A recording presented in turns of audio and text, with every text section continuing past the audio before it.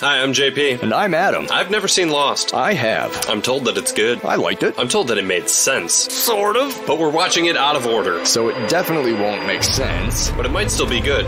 Since we won't expect it to make sense, we'll still be able to appreciate each episode on its own merits as a 1-hour story. Sometimes 2 or 3. As opposed to just a fraction of an ongoing, sprawling, and increasingly complex tangle of relationships, personal stories, mysteries, mythologies, experiments, social dynamics, unnatural disasters, unanswered questions, and hot tropical hookups. Are you okay? I'm not sure. Because you lost me a little bit there at the end. Well, good, because I've been lost since the beginning. We're lost on Lost. Welcome, everybody, to Lost on Lost. I'm Adam Busher, and I'm joined, as always, by the happy-go-lucky good-time JP Russell. No good times, just numbers. Now, before we get started, I want to remind everyone to rate and review the show. According to this Make Your Own Podcast book that I'm almost halfway to 30% finished with, this is an important part of the process. So do that if you get the chance, and those of you who did so already, we appreciate it. You are better podcast consumers than we are podcast marketers. Today we're talking...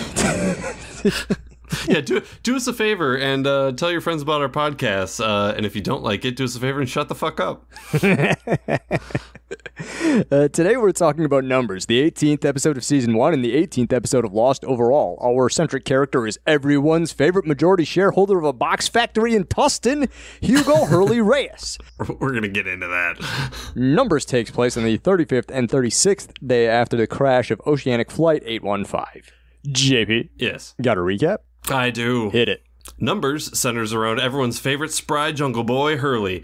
Hurley goes on a globe-trotting adventure to find the source of the mysterious numbers. From jail to the psych ward to the house from Courage the Cowardly Dog, Hurley must find the meaning to the cursed numbers. Meanwhile, on the island, Michael and Jin put on a production of The Odd Couple, but nobody tells Jin. And Claire tells John Locke that she suffers from a medical condition called blind upside-down crib syndrome. Rousseau, you're alive and you're a terrible shot. Season 1, Episode 18, Numbers.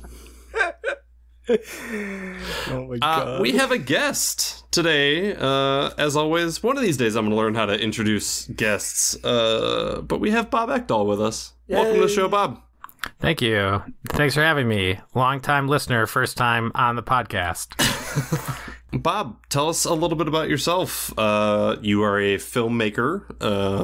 You are an avid media consumer. That's true. I eat media. So a little bit about myself. We actually all met during college. We sure did. Yep. And so Adam and I actually lived together. Yeah. And there was one time during college where I cooked an entire pound of bacon. Adam, do you remember this or no? Vaguely. Refresh me. I cooked an entire pound of bacon and ate it. And I was a hefty guy back then. And also I made the house smell like bacon for about a week. And we lived with a vegetarian whose name is Tom. Oh my God, that's right. And he would complain about it every day, saying, when will this smell stop? And I'm like, I've never cooked a pound of bacon before. I'm not sure. That in and of itself makes you more qualified than most of our guests to be on this podcast. So thank you. Thank you. Yeah. That is why I'm on the Hurley episode, because I like to eat food, and Hurley also likes to eat food. And for the keen-eared listener of Lost on Lost, you might recognize the name Tom. He was our guest last episode. Perfect back to back. Yeah. So, Bob, tell us a little bit about your relationship with Lost. Did you watch Lost in its original run? Is this your first episode? I watched a bit of Lost when it was airing. Our friend Noah, who was on the show already, I would go over to his house and watch it for a little bit, get bored, and then go outside and sit outside and drink. That's just how you pass time in Oshkosh. That's true. And so, then I watched it. I did watch the first couple seasons when they dropped on streaming a couple years ago, probably now a decade ago. So this is my return to Lost, and boy, was it a trip. Yeah. Down a lane. Down something, some sort of lane. So at the time it Lost was on, back 2004, 5, 6, 7, whatever. What were you watching? What were you watching instead? Was it TV? Was it movies? Was it primarily? I was watching either like Peter Jackson's Dead Alive, which has a wonderful scene. Just on repeat? Yeah, well, that and Evil Dead 2. Nice. Where it has a wonderful lawnmower sequence where he attacks zombies with lawnmowers. So that's the kind of stuff I was watching. Just horrible, gory garbage. And then, like, I don't know, The Lord of the Rings. And the Matrix movies. You're a big like you're a fan of like retro horror. Because isn't Monster House one of your favorite movies, or Monster Squad? Monster Squad, yeah. Wolfman's got nards. Wolfman does have nards. My name is Horace. And then there's a chubby kid who cocks a shotgun. It's very good.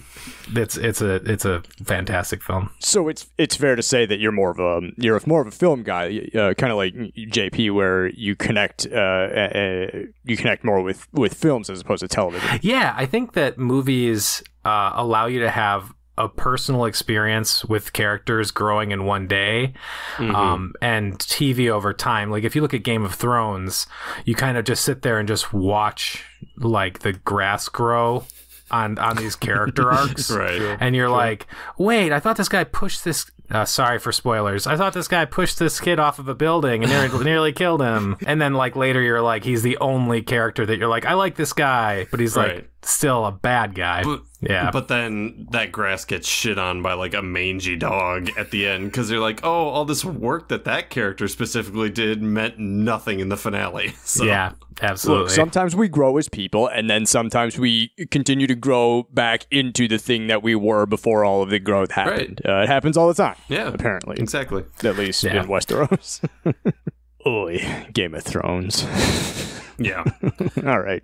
Enough Game of Thrones. Bob, we're so happy to have you here because we want to find out what you think of Numbers. Numbers originally aired on March 2nd, 2005. It was written by David Fury and Brent Fletcher and directed by Daniel Attias. David Fury wrote a bunch of Buffy, Angel 24, and according to his Wikipedia was the voice of Jock in Raiders of the Lost Ark. Brent Fletcher does a decent amount of freelance writing. He did scripts for Friday Night Lights, Spartacus, Blood and Sand, Agents of S.H.I.E.L.D.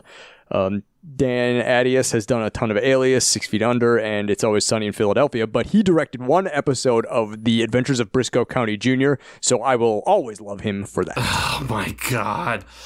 Jesus Christ. Now, correct me if I'm wrong, and I don't know if you have this information in front of you. Is this the first time we've seen this writing team on the podcast? Yes, it is. And it is also the first time we've seen Daniel Attias. He only directed 2 episodes of Lost. I was going to say, this episode, bottom line up front, I really like this episode, but it definitely felt different, but in a very good way. I mean, we'll get into it, but... Sure. Something was just kind of different and refreshing about it. It was really good. Yeah, no doubt. So let's talk about it, shall we? Let's figure out what about it was so different. Numbers kicks off with a little scene on the beach. There's the raft. We've seen the raft a couple of times here on the podcast. Yeah. But the first thing that sort of jumped out to me was we see Hurley, Jin, Michael working on the raft, and one of them says they're fixing some damage that's been done. The raft's been sabotaged. So it had been burned or something like that? Yeah, it was on fire. Yep. Yeah. So there's something we missed. So there were a fair amount of things in this episode that felt like I was still missing a lot, but some of the gaps are starting to fill in a little because we've now seen a couple of season 1 episodes. Yeah. We saw the episode that comes a couple of episodes after this, and we've seen one that came just a couple episodes before this one. So for me, at least, some of the gaps are starting to fill in. Right. Not, drastically, but... Yeah,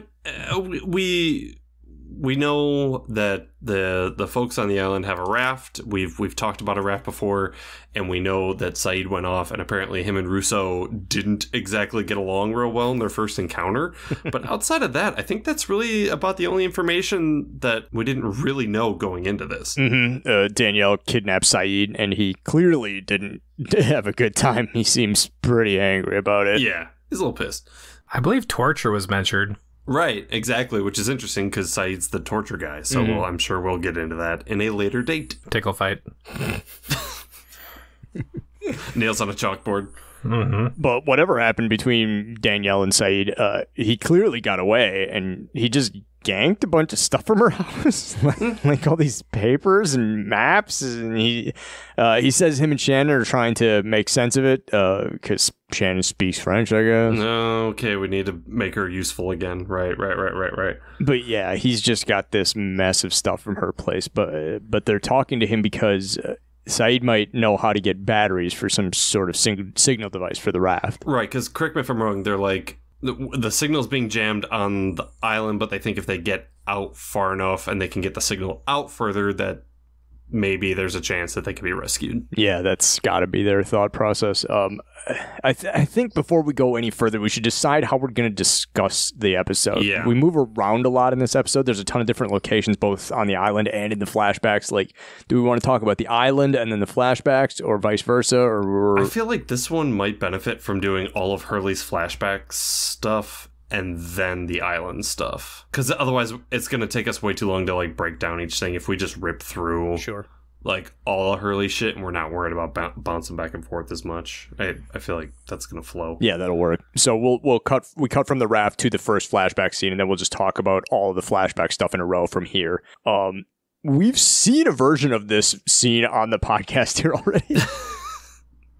Yeah, Hurley wins the lottery, and the sound Foley person did an amazing job of being like, this is somebody falling onto a table sound effect.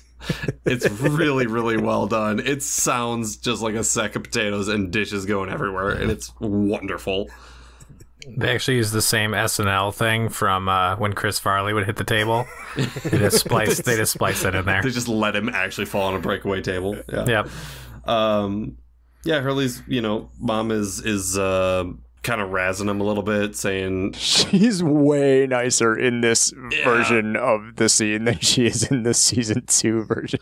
But she's ripping on him like, oh, you're home on a Friday night. And I'm like, I'm in my 30s. Being home, just chilling on a Friday night sounds wonderful. Great choice. Like, and then she's like, you're gaining weight. Like just very subtly, like, you eat too much. Yeah. Like, yeah. Right. So she's still not very nice. Yeah, she's not very nice to him at all. And I remember talking about this during Everybody Hates Hugo, like wondering is this how she is all the time? Like, is this right? Is this their dynamic? Right. Yeah, and apparently it is. This is how they are. Yeah. Stop eating fried chicken. Go and find a lady. She's not going to be talking all that trash pretty soon, though, because Hurley wins the lottery. Big money, big money. That's right. 16 weeks in a row or something like that. So it's this big jackpot. Yeah. But he played the numbers, which is the numbers, the titular numbers. So then we go to a press conference outside of his house. Yep. And he's given a really nice, heartfelt speech about how, like, yeah, I want to do some nice things for my family. And my grandpa Tito. It's the classic feel-good press conference. You know, it's we weren't wealthy before, and so this windfall that we've had, it's going to change our lives for the better and all whatever. Right. Just quick question here for us on the podcast. If you won $158 million, what's the first thing, just gut reaction, first thing you would do, Adam?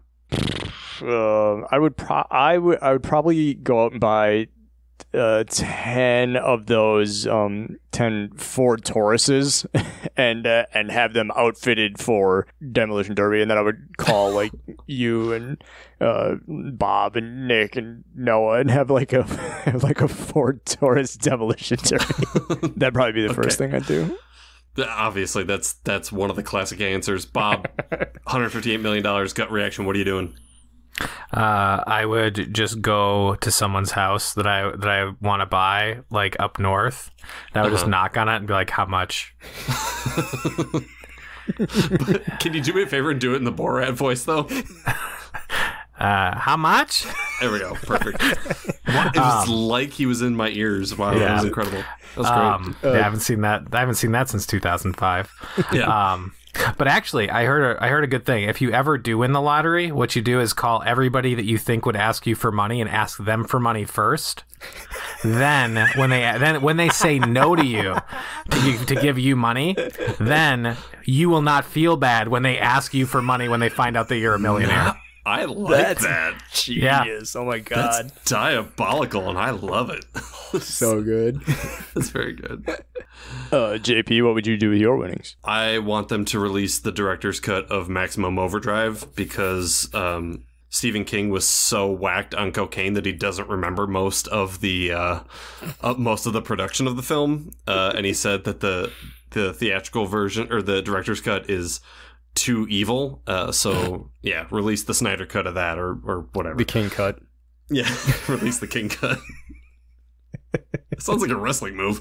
All right. So this press conference, and just as he's saying that this is going to change their lives for the better. Oh, Grandpa Tito has a gripper. Oh no! This is the first instance of several in this episode in which a person's death is accompanied by a music cue. It's a comedy bit. Yeah, it's a fucking bit. It's played for laughs. Yeah, we're gonna go down the story here of how the numbers basically are just cursing Hurley's life. Yeah. Everywhere that he goes, bad things are starting to happen, and Grandpa Tito was the first casualty of this. Yeah, and then the next flashback scene we have is Hurley and his mom. They're driving somewhere, just bump into some tunes in a new H2 bright yellow. I guess in 2006 that would have been the car that you would have bought. Absolutely. So that would have been the car that I picked in 2016. I enjoy that he's like, "Hey mom, put on this blindfold," and then she walks outside and immediately breaks her ankle.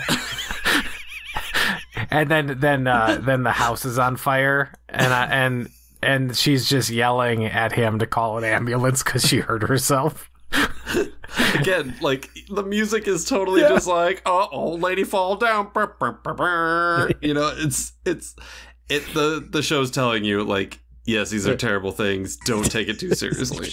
But now that I think about it, it makes total sense to me why Dan Attias has so much success directing It's Always Sunny in Philadelphia, because there's a bunch of horrible things that happen in this episode, and he just shoots them for goofs, man. Like I do have to make note when he's driving with his mom. She says something to the effect of, "We're Catholic, we don't believe in curses." As someone who spent 12 years in Catholic school, if you don't believe in curses, let me introduce you to a little thing called the Bible. Specifically the Old Testament, plenty of cursing going on. Yeah. So yeah, I thought that line was pretty funny too. We don't believe in curses. While they're driving, they talk about the priest at Grandpa Tito's funeral getting hit by lightning. Yes. Oh my God, I forgot about that. His brother Diego's wife left him for a waitress, which prompts Mama Reyes to say, "Don't mention that whore to me." I also wrote in here. So the house is on fire. He calls the police to sort of, or he calls 911 to both deal with the fire and his mother's ankle, and he is mistaken for an arsonist or a drug dealer. He's mistaken for a drug dealer. I just wrote police response. Yep, that's about right. Yeah. My note here was, I usually don't figure out who my lost forever is this early in the episode.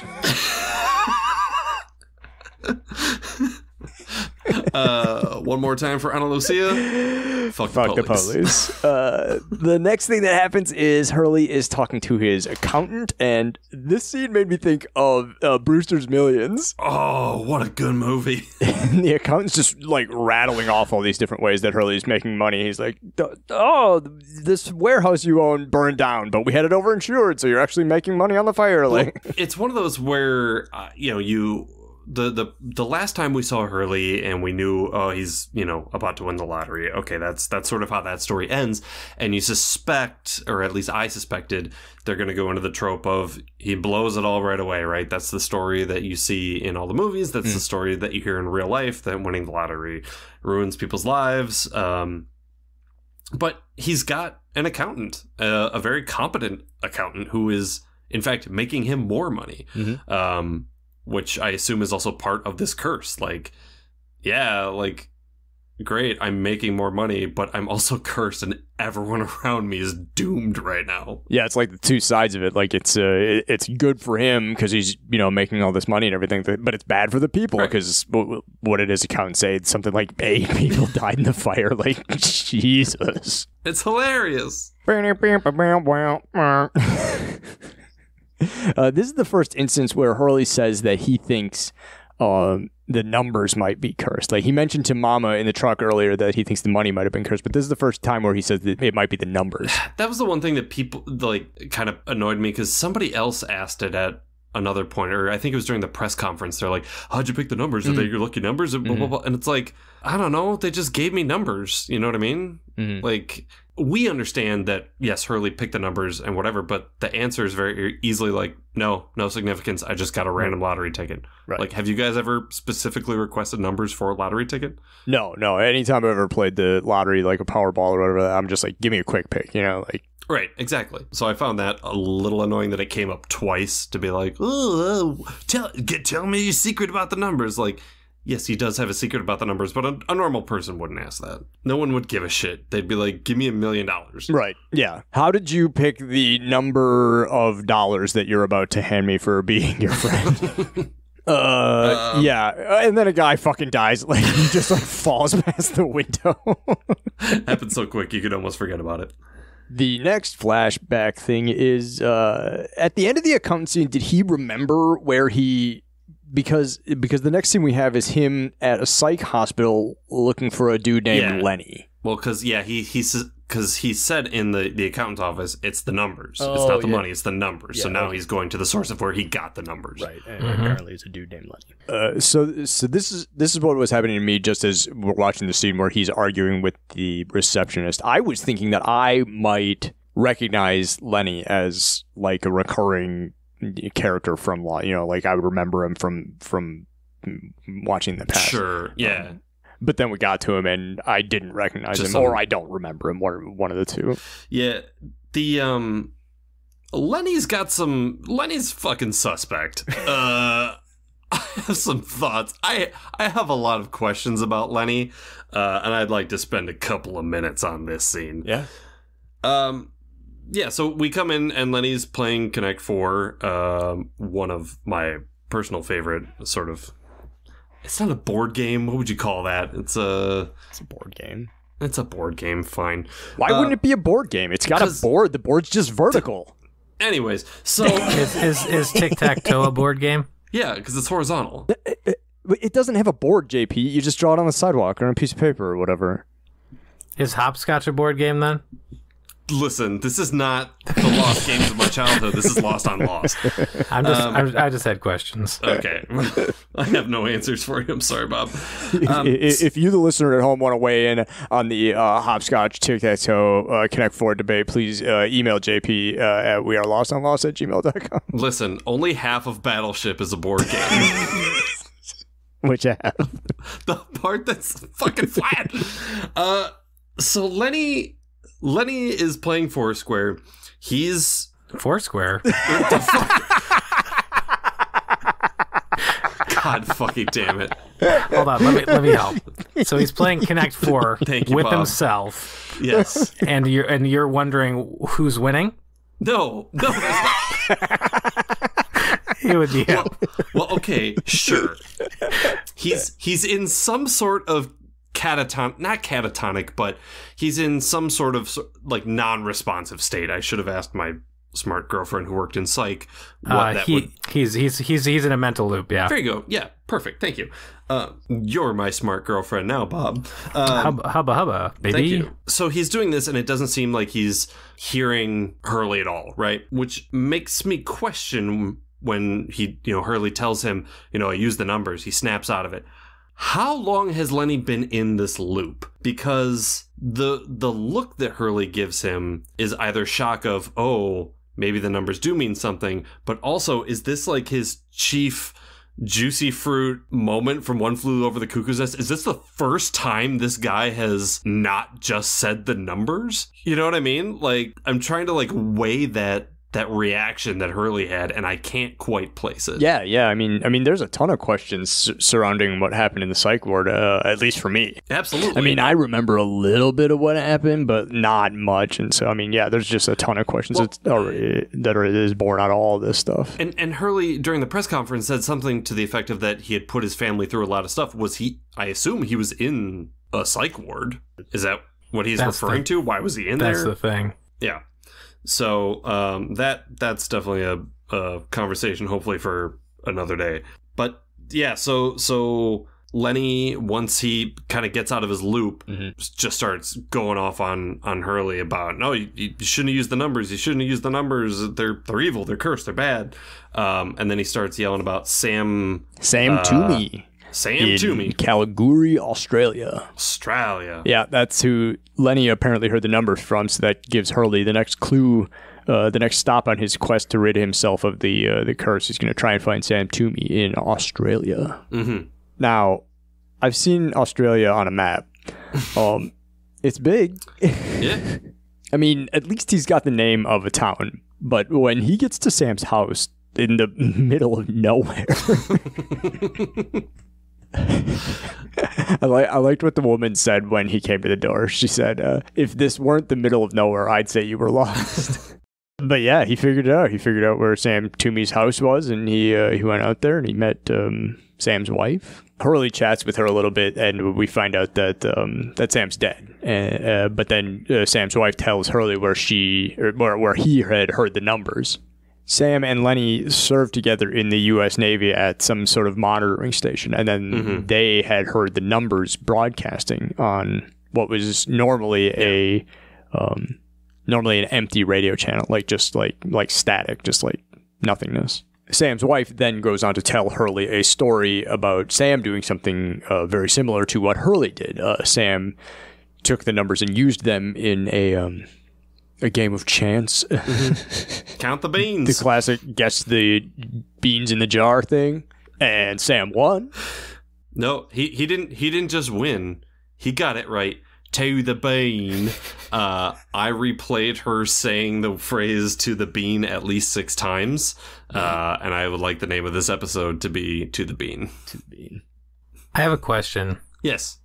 So when she meant that he played the numbers to the bean, was it the entire strain of numbers, or was it all the numbers added up?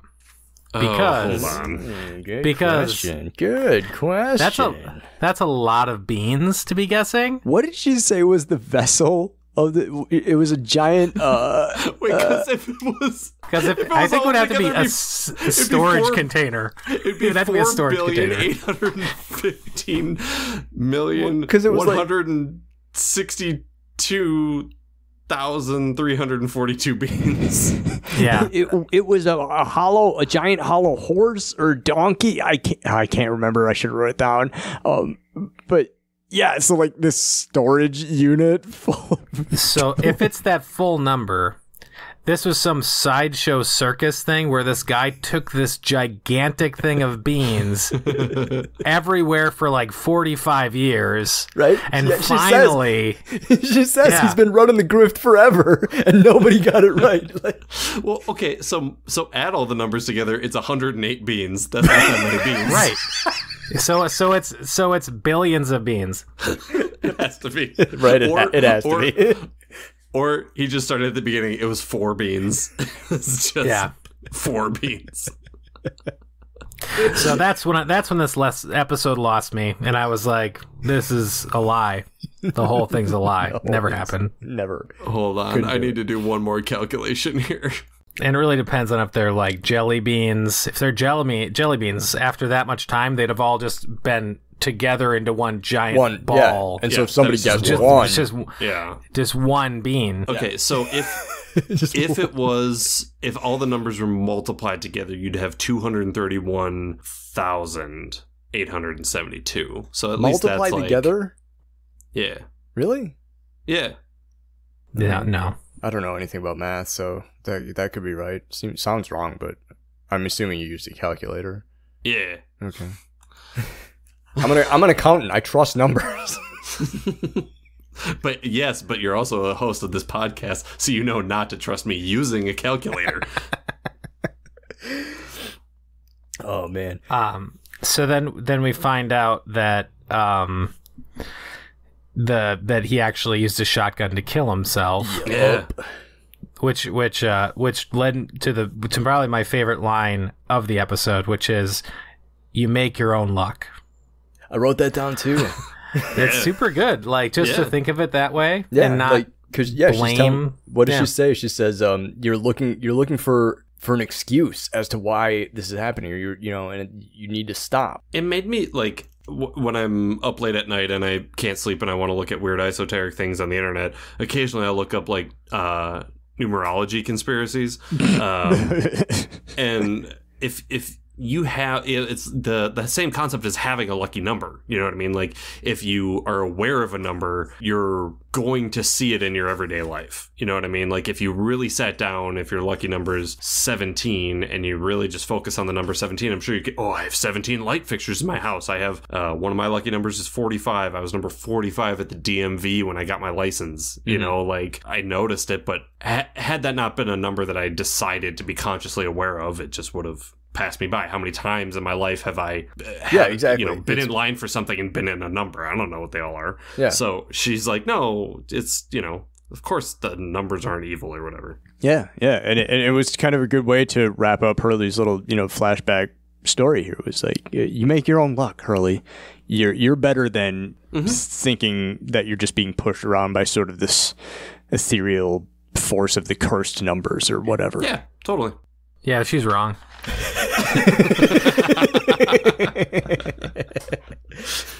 You dumb bitch. I think that's the end of the flashbacks, right? It is, yeah. Yeah. So back on Island Time. Island Time. I love Island Time. So present day, we see Sawyer reading A Wrinkle in Time. Thank you. Thoughts? I was wondering if I looked it up because I've never read A Wrinkle in Time. I was trying to see if there's any parallels between that and this episode, and according to Wikipedia, there are not. Like that time I tried to read Watership Down before an episode of the podcast, and I did not finish it and still haven't. I'm pretty sure they're stuck in an alternate dimension. Yeah, exactly. They're in a time loop. Ooh, okay. Numbers. So Island Time. We already talked about the raft. We already talked about the need for batteries. So Hurley, he sneaks into Saeed's tent late at night. Yeah, because he sees on the papers that Saeed stole from Rousseau that the numbers are on there. Mm-hmm. So that triggers him to, obviously these are numbers that have changed his life. So he's like, what the fuck? And there's sort of a longish scene here between him and Saeed. Yeah. Where it turns out that the entire time he was talking to Saeed, it was just subterfuge so he could steal papers. But it's also like, this is keeping him up at night. Hurley's a pretty level-headed guy. He's, not much seems to get him down. He just kind of goes with the flow. And for something like this to just be like, I'm going to go wake Saeed up in the middle of the night, like, this is getting to him. Yeah. Yeah, so the next scene we see is it's the next morning. We see Hurley with the stuff. He's getting ready to go on a little hike. He's filling up his water bottles, and Charlie spots him. I'd love, this is such a good scene, and it's earlier in the episode, and it really, the actor, I forget his name, who plays Hurley, Jorge Garcia. He gets so many fun scenes in this episode. He gets so many good interactions, and his timing and understanding of the character is so good. Yeah. And this is the first scene where I just started laughing out loud because he can't lie. He's so bad at it. What are you doing? What? Nothing. He gets all those little I'm bad at lying, but I'm trying to lie sort of idiosyncrasies, and it's so much fun to watch. Yep. And yet because of that, Charlie obviously doesn't buy whatever he's telling him, but he just kind of lets it go. we cut to the beach. Oh, what were we gonna say, Bob? Oh no, I was gonna say. So he finds out that he's like carrying 3 water bottles and goes, "I get dehydrated easily," and I just thought that was really funny. And so then he's being really weird, and then Charlie still just lets him leave, Right? like he's like, "Okay, I guess see you later, bud." Yeah. I mean, that's Charlie, though. You know. Yeah. Well, that's the weirdest thing, and we'll talk about this closer to the end of the episode. But Charlie and Hurley are buds. You gotta like, it seems like, but so often we've seen here, at least on the podcast, Charlie just actually being kind of a fuck of a friend. Like, yeah, not great. like, yeah, like Hurley's clearly getting ready to go up on a hike, and well, I don't know, he offers to go with him, but then Hurley's like, no, leave me alone. But you know, the face, Charlie makes his face like, I'm hurt. What's wrong with me? It's like, it's not about you, Charlie. Right. Well, and just the idea of like, clearly I'm lying. Also, you've seen me put way too much water in this backpack, and on top of it, the bag comes unzipped and all of it spills out. It's classic sort of putsy behavior comedy, but it's executed perfectly. Yeah. From there, we cut to the beach. Claire. Is Bob, do you want to give a shot at doing Claire in an Australian accent? Now that's not a knife. This is a knife, Claire. That's not a knife. That's a spoon. I see you've played Knifey Spoony before. Claire's just chilling by herself, and we know a little bit about this. We saw in... Yeah, no one likes her. That's why she's chilling by herself. Well, beyond that, we saw in Homecoming, which was just a few episodes prior to this. Spider-Man? Yeah, Spider-Man. She's suffering from some sort of amnesia, which is some sort of symptom from some sort of recent kidnapping. Yeah. And so, like, everybody's treating her weird, and so, like, she's off by herself. Yeah. So wait, they kidnapped her and then gave her back. They're like, no, we don't want her. We're done with her. We can't stand her. So JL comes up, and he's just like, "Hey, I see you're out here looking a little lonely. I got a project that I'm working on. I could use a couple of hands. Why don't you come with me?" You know, it's just like, just that classic fucking dad energy, like just big daddy lock. Yes. You know, just like, hey, my little girl Claire looks like she's feeling a little lonely. I'm gonna see if I can buck her up a little bit. What? And she's like, I'm 9 months pregnant, my dude. And he's like, can you move your hand? Come on. It's how my dad talked to me on Saturday mornings when I didn't want to work on stuff. He treated you like a pregnant woman. Yeah. Except not as nice. That kind of pregnant woman. Anyways. Gotcha. She's like, okay, whatever. She goes with him. We cut to the caves. Saeed confronts Jack about the stolen map. This was, in my opinion, an entire... Like, this could have been 2 lines somewhere else. Yeah. Like, yeah. Saeed comes in and accuses Jack of stealing the map, and Jack's like, I don't know what you're talking about. Or Saeed's like, oh, wait, you don't know what I'm talking about. And then they figure... Then Charlie's like, oh, Hurley left fucking hours ago with all of this. I mean, Saeed does pick up on it pretty quick. Right. But, like, and we're talking about level-headed people. Like, generally, Saeed's kind of we've described him as the adult in the room before. Right. Yeah. For him to just come up and be, like, automatically, like, accusing Jack without any evidence like that, it struck me as a little out of character for Saeed, but... Yeah. I mean, he's... What do we know?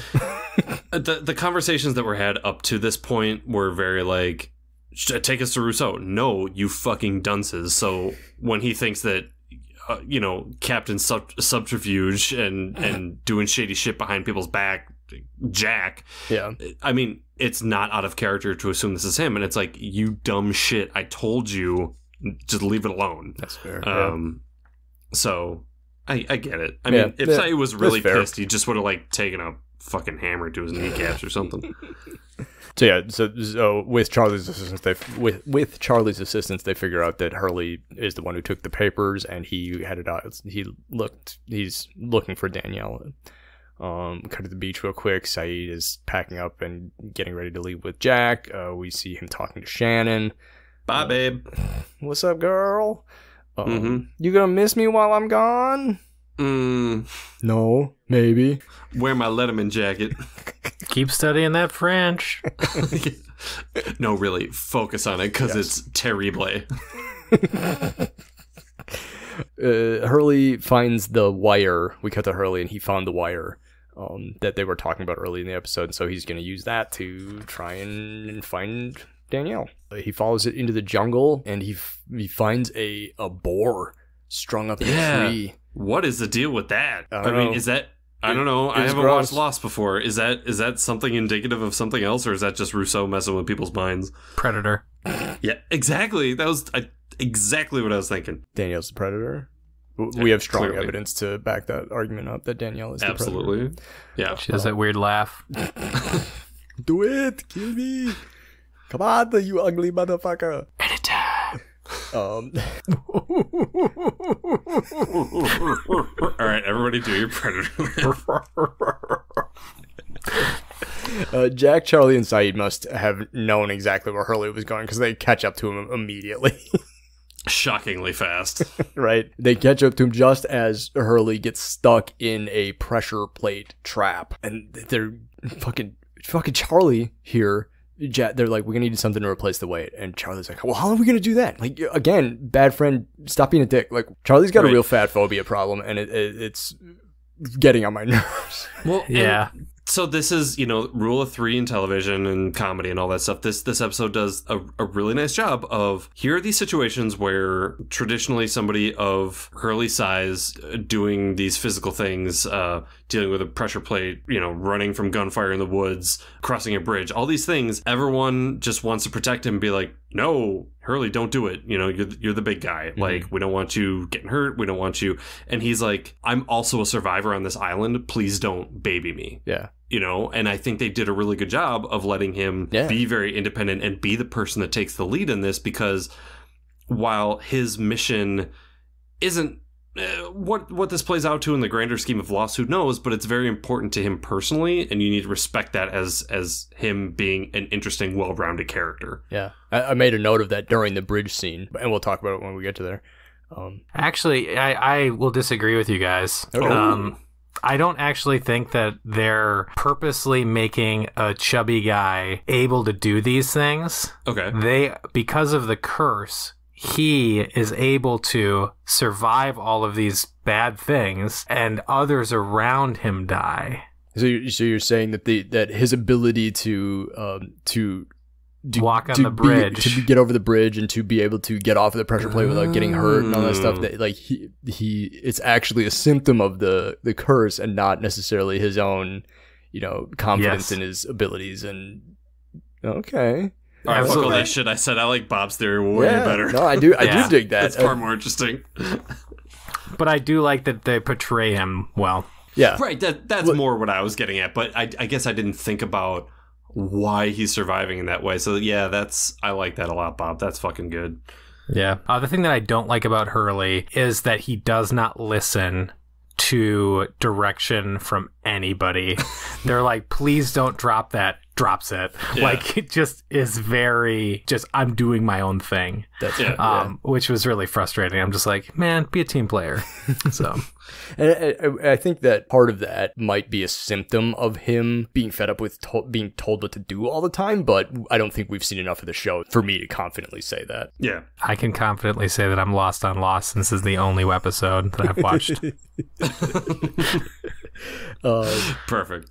But yeah, so like Hurley dives off the pressure trap, like Bob said, not listening to them. Like, they're trying to figure out how to get him off there safely, and he just like it's fine. He's spry. Jumps off it. Yeah, he's spry.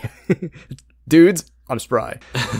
He escapes, and they begrudgingly continue on this quest. Then that's when they get to the rope bridge. Saeed says he doesn't remember it from the last time he was out here. So, what would that tell either of you two if you were trying to retrace your steps and you saw something that you hadn't seen before? Don't go in that direction. Yeah, Bob? I would say, was a demon possessing me, and that's why I didn't recognize this. It's a philosophical thing. You never know if something's possessing your body. So yeah, both solid answers. Yeah. Also, we need to address a little thing from everyone's favorite chauvinist, Dr. Jack Shepard, because he fucking says there's no way she built this by herself. Why the fuck not, Jack? I'm sorry, Rousseau's she has been on the there. island for 20 years. Like, she had the time. She's got traps set everywhere. She's fucking surviving on her own. Why the fuck couldn't she have built a goddamn rope bridge by herself, Jack. Explain that to me, sir. Hashtag feminism. You'd need to have somebody on the other side to help you tie it. No, absolutely not. You tie off one end, you get some extra rope, you tie a rock to that, you throw it across, right? And then you just take up the slack on the other side. It's the throwing. That's why he doesn't believe that she could throw. Oh, yeah, women can't throw. That is true. Yeah, okay. All right, well, moving on. I'm going to spend the rest of tonight reading how to construct a rope bridge by yourself. And So if you're constructing a rope bridge, wouldn't you put another rope on the other side of it instead of just having it a single line across? No, Russo's left-handed. She's not worried about other people. I thought that the other side of it was broken. Broken? That's what I thought too. Yeah. But I didn't really, I didn't see for sure. Hurley just blazes right across the thing, like, I'm going, fuck it. And this is where I made the note about, like, him taking charge. Like, I remember in an earlier episode where, I don't know if it's an earlier episode chronologically, but in an earlier episode of the show, he talked about not being in the loop. Yeah. And, if he was in the loop, he could be of more assistance and stuff like that. And so this was an instance of, like, yeah, fucking Hurley's sick of being, left out and cut out, being told what to do. So he's just like, this was his mission and he decided to take it. And so you guys being here is like, that wasn't his choice. He originally thought to come out here by himself. And I think that it sort of speaks to something, what you said earlier, Bob, about him being conscious of bad things happening to people around him. If he comes out here by himself, and he has a sort of invincibility personally because of the curse. Like, that's how he knows he can get out to Russo and get this battery and come back, and nothing's going to go wrong because nobody's going to get hurt because he's going alone.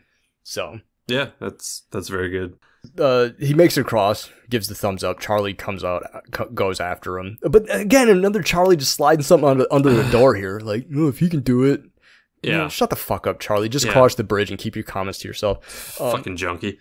Yeah, he gets across the bridge almost. It gives out as he jumps off it just as it collapses. So like Charlie and Hurley got to proceed without Jack and Saeed. They got to find a way. Party split up, and they keep going into the woods, and Jack and Saeed are trying to find a way to the other side of the cliff, or the other side of the ravine. Yeah, we come back to a different part of the jungle real quick. We check in on Locke and Claire. Locke knows how to make glue. Yeah. Claire still can't remember what happened to her. She's still trying to recover her memory.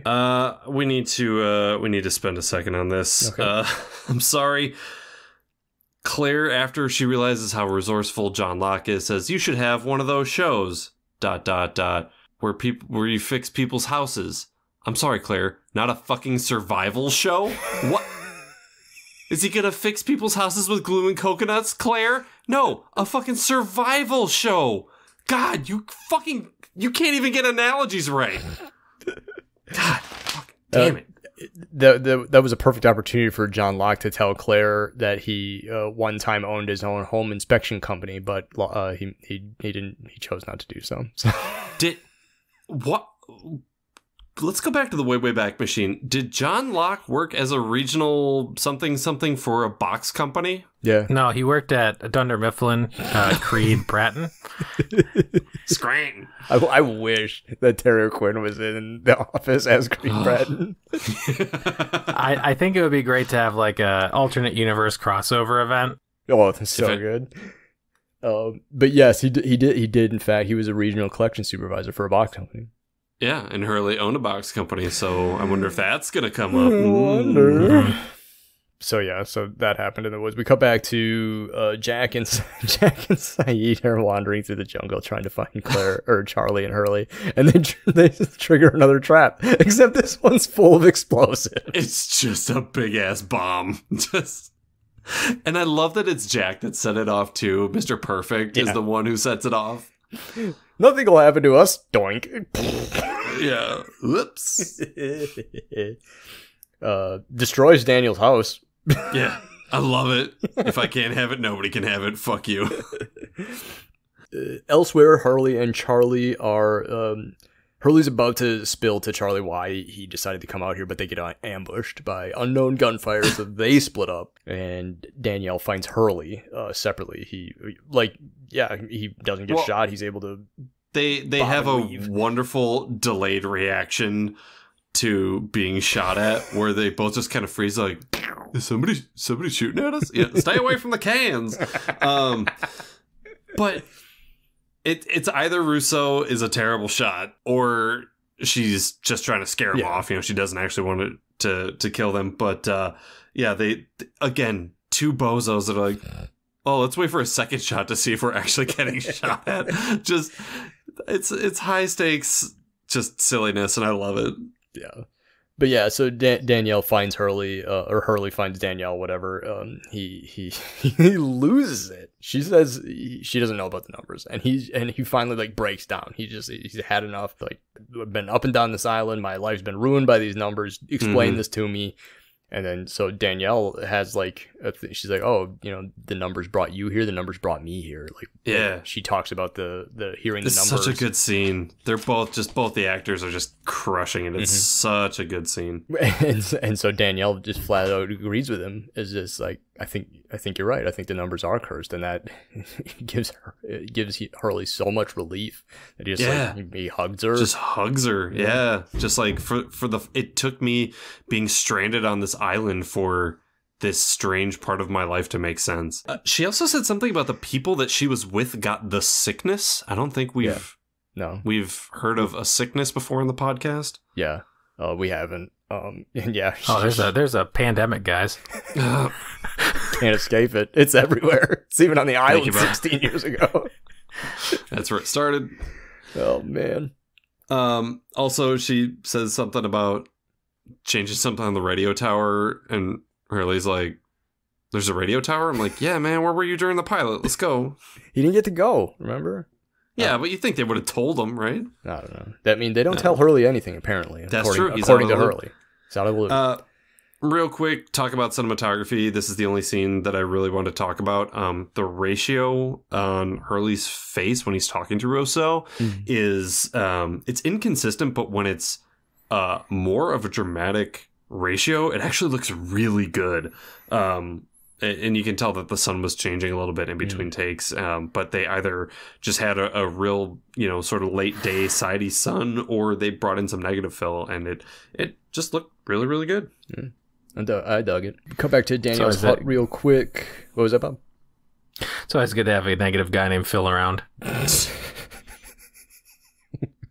We come back to Danielle's hut real quick. Saeed finds a picture of a lady. Ooh. Yeah, stick that in your back pocket. See his catalog.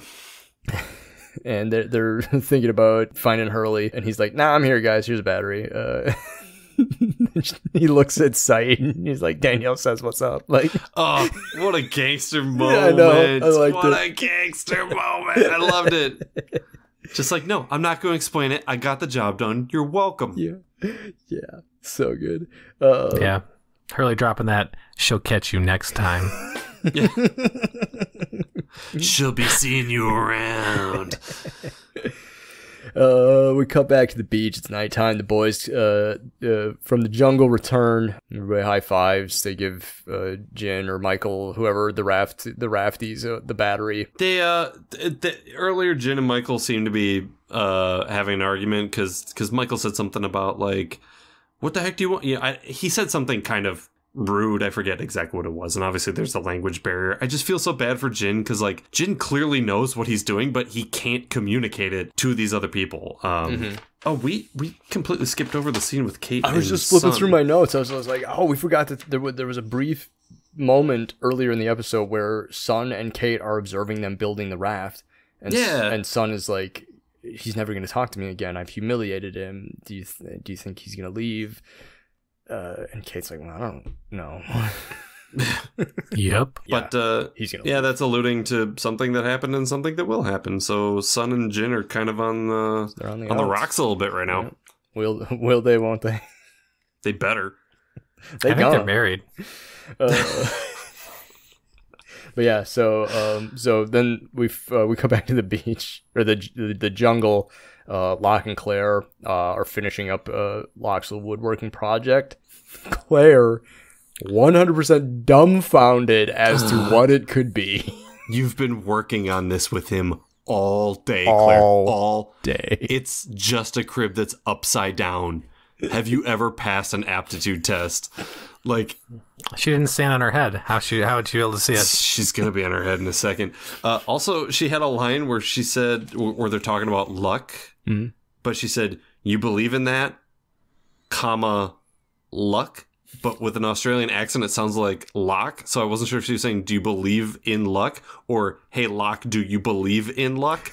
And I had to play it like 8 times, and then I didn't care anymore. Oh, yeah, there's this thing you can do on whatever streaming device. You can turn on subtitles, and it'll tell you what they're saying. Bob for 3. He nails it. Oh, your face, JP. Listen, Mousetrap is kind of a board game because it's horizontal, but it goes vertical. So I don't know. That's true.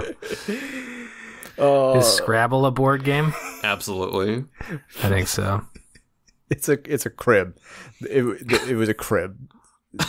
Oh yeah, we're talking about that. Oh no, that's what you have a crib and cribbage. Yeah, right? yeah. Yes. And cribbage, Yeah, cribbage is a board board game. game. Yep. Even though it has 15. cards. Yeah. Right. Yeah. It's a crib for Onion Head. High fives, everybody. We did it. We built the crib, and then somebody figured out what it was. The final scene of the show, Hurley and Charlie are sitting by the beach. Charlie says Hurley's gonna eat his shirt because Charlie likes making jokes about fucking Hurley being fat. Fuck you, Charlie. Hurley believes that the plane crash is his fault. And so he finally he's like, this is why I went on this whole day, you know, whatever. Mm-hmm. And Charlie doesn't tell him about the numbers. No. He just and so this is where Charlie, I don't know if this is the first time he's admitted it to somebody or whatever, but he admits that he had a heroin problem prior to, you know, being on the beach, and he's like, yeah. I think, didn't he mention something to Walt while they were playing backgammon? I don't think Charlie and Walt played backgammon. I swear that they did in one of the episodes that we've watched. He was like, you know, I'll bet you $1 million. Oh no, Hurley has told Walt about the money. Charlie hasn't told anybody about the heroin. Oh, I'm sorry. Yeah, I was just thinking about... secrets. Yeah, there was 100% a time where Walt and Hurley were playing backgammon for money, and Walt took like tens of thousands of dollars off of him. Yeah. I told you I'm good for it. But yeah, so this made me laugh a little bit because Hurley was like, off the island, I'm worth $156 million. And Charlie's like, oh, okay. Yeah, you can sure. It made me think of that Hobbit meme. All right, then, keep your secrets. Because he's a Hobbit. They're taking the Hobbit to Isengard. That's going to be our outro music. So Charlie walks away in a huff because he doesn't believe that Hurley's telling him the truth. Again, it's all about Charlie. But then we have this slow creep in onto the hatch. You guys remember the hatch? What a terrible shot. I'm sorry. I'm gonna go back to cinematography. This was B unit, and it was the end of the day, and they were already behind schedule, and they're just like, throw up a hard light and just wherever the camera is already on the tripod, just use fucking the zoom in, zoom right in. Yeah, that was a bad shot. Like, they were like, get negative Phil over here. We need him fast. And negative Phil was like, I don't get paid enough of this shit. Just hit record. Back in the 70s, use that hard zoom. The numbers are on the hatch. Holy living word! Oh my days. I'm blown away. End of episode. That's actually how you get in there. You just punch those numbers in and it opens. Yeah. So that's it. That's numbers. I'm trying to see if there's anything else. Yeah. Does anybody have anything in their notes that they want to do before we wrap it up? Well, I mean, I could tell you that the designers for the hatch were really upset with the guy who decided to weld on the code. This is supposed to be a secure bunker. You just put the password on the outside of it. Thanks. I duct taped the password to all my computers on the underside of my keyboard, so like I get it. Same guy that just tied a string with a key to his front door. Right. This kid's gonna forget it. So numbers. Let's wrap up the chat here. Did we like it? Was it good? Is this an entertaining 45 minutes of TV? Bob, what do you think? I think that overall, I think this is a really nice time capsule of like not only the way that gender bias, that fat shaming and like all of that stuff that used to be a-okay to do it's a very interesting to see it going like, I don't know if that would fly right now. Right. And so it's weird that how 15-16 years can really change how much we view things. But overall I liked how it was written. The flashbacks and the forward and backwards felt very like seamless. Totally. Absolutely. And so if you had conflict in one scene, you start with conflict in the next. So like the emotions really kind of lined up, which I liked. Yeah. So I felt like it was a really enjoyable episode of TV. Yeah. Cool. Totally. Adam? Yeah. I think I agree with basically everything Bob said. We've run into episodes in the past where the cutting to and from the flashbacks to the present has been sort of frenetic and disorienting, and I did not get that in this episode. Going from island time to the before times was very seamless to me, and so it was not disoriented, even though it happened a lot. And then that just proves to me that it can be done. So yeah, no, I dug it, and yeah, it like even as dorky as the end shot was, that was a classic Lost cliffhanger. Like, hey, don't forget to like so yeah, I dug it. I dug it a lot. JP, what do you think? Yeah, I agree with everything that you guys said. Looking at the episodes that we've watched thus far, a lot of my favorite ones are the ones that have good character flashbacks or good character development in them. I know that's oversimplifying a lot of things. Like every episode should have good character development, but like, well, it should. I don't really... but it doesn't. The mystery shit on the island doesn't mean anything if I don't care about these characters and finding ways to tie in either the personal struggle or the past successes or failures of these characters into what's happening with all this weird, spooky shit on the island. I like that. So yeah, overall, I really like this episode. It was really good. Very cool. Very cool. All right, so then let's do our next bit here. This is the Lost MVP, who is our favorite character of the episode. Just this 45 minutes, just without your memories, without context, without anything like that. Who is your favorite character from Numbers, Bob? Hurley. Can't go wrong. Perfect. I think it's a great vehicle for Hurley. I think it delves into his backstory and it really flushes out who he is as a person. Totally. And I like to see what I think is missing from a lot of films today and television is that everybody looks like a leading man or a leading woman. Mm-hmm. Even your funny side character is still an 8. Sure. And I think it's really nice to have character actors like being able to just flex how good at acting they are. Yeah. And I think Lost does that. They have their handsome characters, but they do have their character actors too. Yeah. Adam, MVP. I'm giving it to John Locke. Yeah. It was nice to see John being on the island, just kind of being a nice guy and not doing a bunch of weird shit. Plus, he remembered Claire's birthday and got her a nice gift, and that made me feel really good about him. So, John Locke was my MVP. Cool. JP, who's your MVP? Chris the Glove Taylor with his #1 hit single "Who You Wit."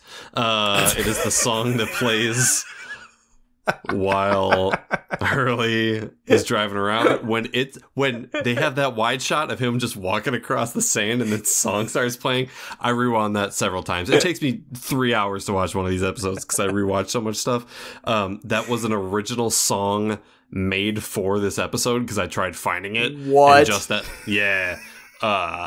And there's whole message boards of people like, I can't find it on Shazam. SoundHound's not working either. We can't find the song anywhere. So if anybody has a way to get in touch with Chris the Glove Taylor, hook us up with that track.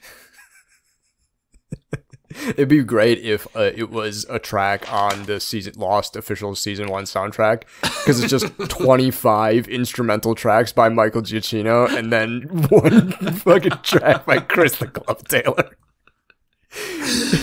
Oh my god. Lost Forever. Lost Forever. Yeah, Lost Forever. The other half of this bit, 45 minutes. Who blew it this go around? Who was in here in numbers just hacking it up? Bob, what do you think? Who's your Lost Forever? I don't want to like hate on Claire. Sure. But Please Claire. do. Not had anything to do with it, other than the fact that I hate when people hide that it's a special day or a birthday, and you're like, Yep. just come on, man. Like, if it's your birthday, like, I would have gotten you a cupcake, Right, like, or a card. let or us just, know or we just care said, about you. Yeah, or just say happy birthday. Yeah. Well, and her order of importance, she was like, I'm pregnant, I'm single, and I'm lost on an island. Like, I feel like that's not the order of importance that you should be displaying those three facts as to why we're not celebrating your birthday. Maybe it's single, lost on an island, then pregnant. Right, exactly. Thank you, Bob. Yeah. Well, I mean, but the nice thing about you having Claire be your Lost Forever is you actually had a reason, whereas like usually JP doesn't have one. I have well-founded, in facts, reasons. Okay. Adam, Lost Forever. I mean, it's no surprise. Like, as soon as the fucking cops showed up in that flashback, I was irate. Fucking LAPD. Like, the more things change, the more they stay the same. Get the fuck out of here. Lost Forever, Los Angeles Police Department. Laters. JP, what do you say? My Lost Forever is without a doubt Lenny. Listen, if the numbers are so dangerous and so cursed and no one should be using them, maybe you shouldn't be fucking mumbling them out loud 24/7, my guy. I just, again, fuck that guy. Jeez. Vicious. Burning questions. This is the thing where we, if there was a question that was raised in the episode that wasn't answered, that you either hope had been answered previously or will be answered in the future.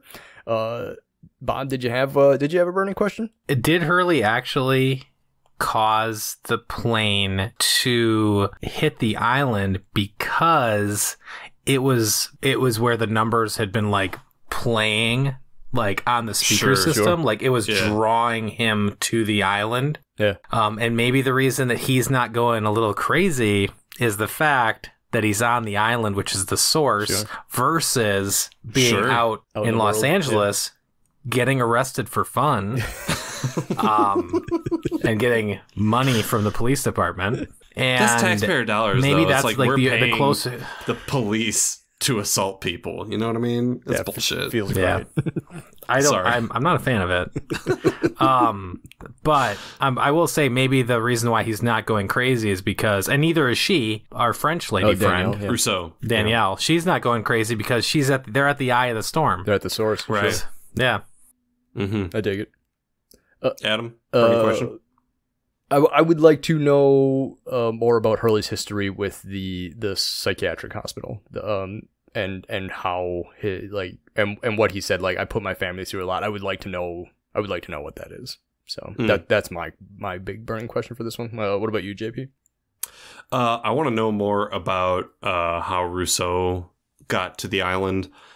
She doesn't appear to be one of the others or the Dharma. So, like, who is this other group of people that came to the island that are ostensibly dead? Right. That's very interesting. That was like 20 years prior to, right.